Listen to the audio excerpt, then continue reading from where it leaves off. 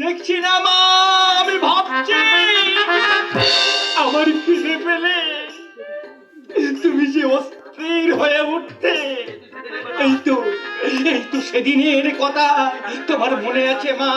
তোমার মনে আছে রাত্রে কারখানায় ওভার টাইম কাজ করা, আমি সারা রাত বাড়ি ফিরতে পারিনি, তুমি সারা রাত আমার জন্য খাবার তৈরি করে জেগে বসেছিলে, সকালে বাড়িতে ফিরলে তুমি আমাকে জড়িয়ে ধরে কেঁদেছিলে মা।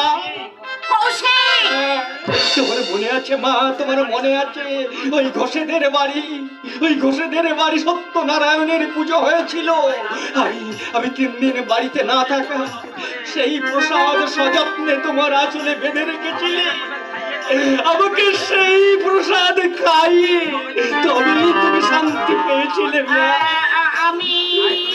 আজ তবে কোথায় গেল সে আমার মাতৃস্নেহ? কোথায় গেল সে আমার মায়ের ভালোবাসা? মা গো, আমি যদি অজান্তে তোমার মনে কোনো ব্যথা দিয়ে থাকি মা, তুমি আমাকে ক্ষমা করো।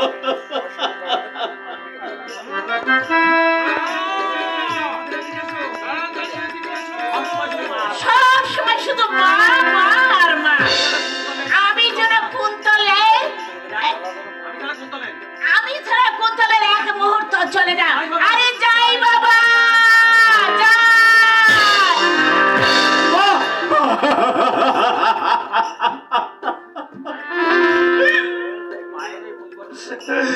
আমার মায়ের এই পরিবর্তন থেকে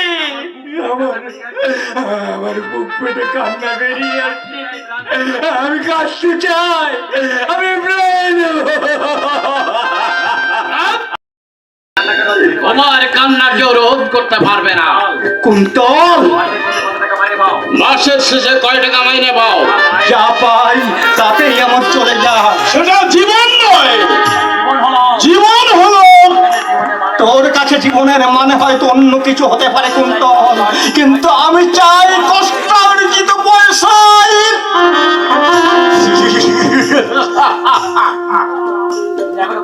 তুমি এখনো বোকা রয়ে গেলে দাদা। সত্যি তোমার জন্য না আমার বড্ড দুঃখ হয়। কুন্তল, এই কুন্তল, আমি তোর দাদা রে। তাই তোমার ভালোর জন্য বলছি, এভাবে নিজেকে তুমি শেষ করে দিও না। সত্যতা, সততা, ন্যায়, নীতি, আদর্শ আঁকড়ে ধরে পড়ে থাকলে বাবা হয়তো তোমাকে বাহবা দেবে, কিন্তু এই মানুষের সমাজে কেউ তোমাকে মর্যাদা দেবে না। নাই বা পেলাম মানুষের মর্যাদা, তবু আমি ভাববো আমি আমার দুর্ভাগ্য নিয়ে থাকবো, তবু এই বলে আমি নিজেকে সান্ত্বনা দিতে পারবো আমার ভাগ্য ফেরাতে আমি কোনো অসৎ পথ অবলম্বন। চারিদিকে চেয়ে দেখো, ভোগের কত আয়োজন, তাহলে তুমি কেন পড়ে পড়ে মার খাবে? টাকা উড়িয়ে বেড়াচ্ছে, একটু বুদ্ধি খরচ করলেই মুঠো মুঠো টাকা তোমার হাতে এসে ধরা দেবে। যদি বলো আমি তোমাকে, কুন্তল, জানি আমি জানি তুই আজ অনেক টাকার মালিক হয়েছি, কিন্তু আমি তোকে সাবধান করে দিচ্ছি কুন্তল, ভবিষ্যতে আমার সঙ্গে সংযত হয়ে কথা বলবি। তাহলে তুমিও জেনে রাখো দাদা, তুমি আজ তুই অনেক টাকার মালিক হয়েছি, কিন্তু আমি তোকে সাবধান করে দিচ্ছি কুন্তল, ভবিষ্যতে আমার সঙ্গে তুই সংযত হয়ে কথা বলবি। তুমি নরকের শেষ প্রান্তে পৌঁছে যদি তুই মনে করিস পৃথিবীর সব মানুষ তোর পথে অনুসরণ করবে, তাহলে তুই ভুল করছিস কুন্তল, তুই ভুল করছিস নাকি? তাহলে তুমি ওটা জেনে রাখো দাদা, তুমি বাবার উপযুক্ত ছেলে হয়ে সারা জীবন শুধু আহুতাস করে যেতে হবে। না ও না, একটা সিগারেট না খেলে মেজাজটা ঠিক আছে না।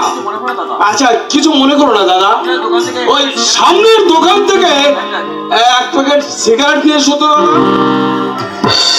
সিগারেট?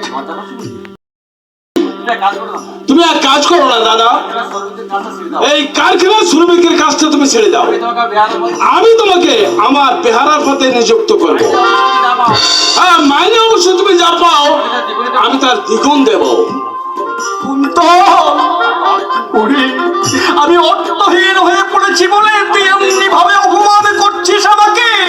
ওরে ওরে কুন্তল, আমি যে তোর দাদা আর তুই আমার ভাই।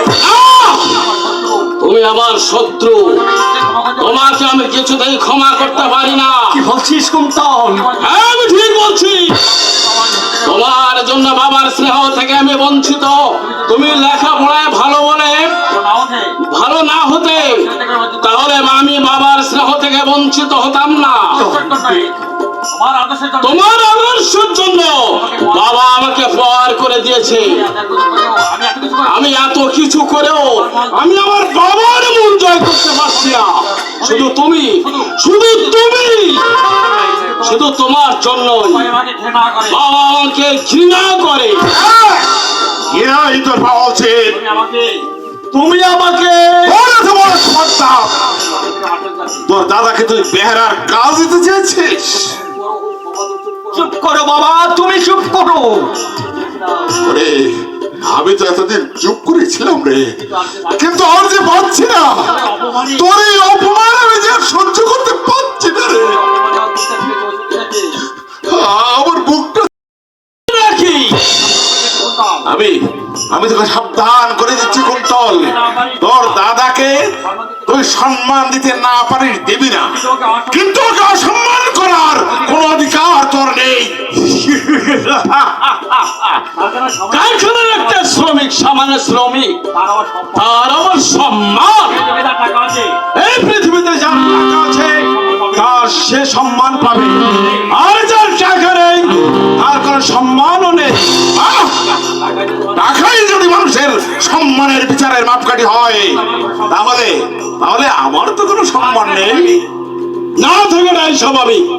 কুন্তল, বাবাকে তুই ঠিকই বলেছি, সততার বলিয়া উড়িয়ে মন ভরে কিন্তু পেট ভরে না। বাহ,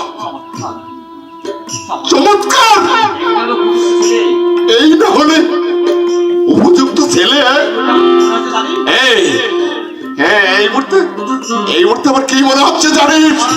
আমার মতো হতভাগ্য বাবাদের ডেকে ডেকে বলি, ওগো হতভাগ্য পিতার দল, তোমরা তোমাদের উপযুক্ত সন্তানের কাছ থেকে শিক্ষা গ্রহণ করো।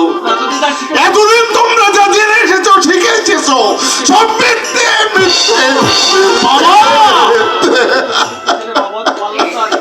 ওরে,